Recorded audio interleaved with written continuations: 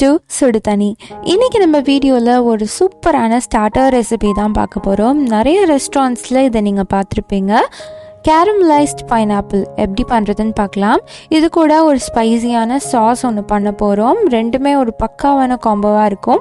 பைனாப்பிளை வெறுமனே நம்ம நிறைய சாப்பிட முடியாது, ஆனால் இதை நீங்க எவ்வளோ வேணாலும் சாப்பிடலாம்.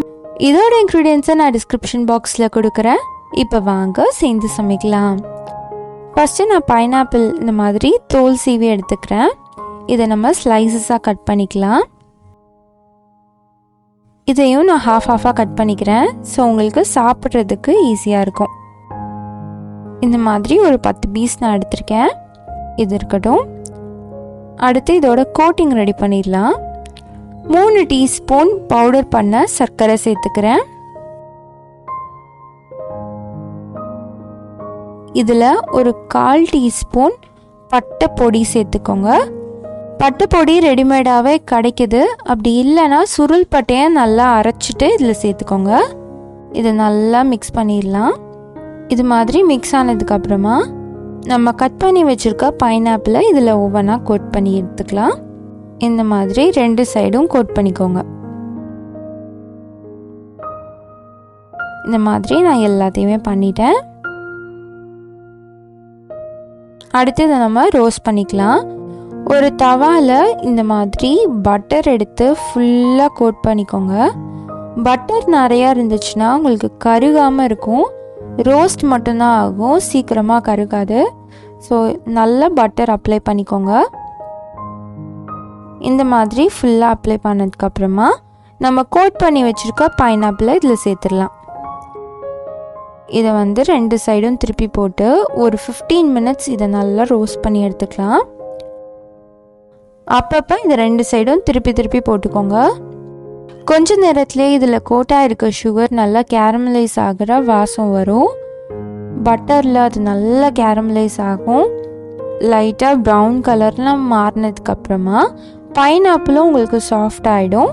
ஸோ இப்போ நம்ம எடுத்துடலாம். இது இருக்கட்டும். அடுத்து இதுக்கான சாஸ் ஒன்று பண்ணிடலாம். ஒரு 1/4 கப் சர்க்கரை எடுத்துக்கோங்க. இதை கொஞ்ச நேரம் சிம்லேயே நம்ம அடுப்பில் வச்சுருக்க போகிறோம். அந்த சர்க்கரை மெல்ட் ஆகி லைட்டாக ப்ரௌனாக மாறி வரும். ப்ரௌனாக மாறுற டைமில் நீங்கள் அதை மிக்ஸ் பண்ணிக்கோங்க.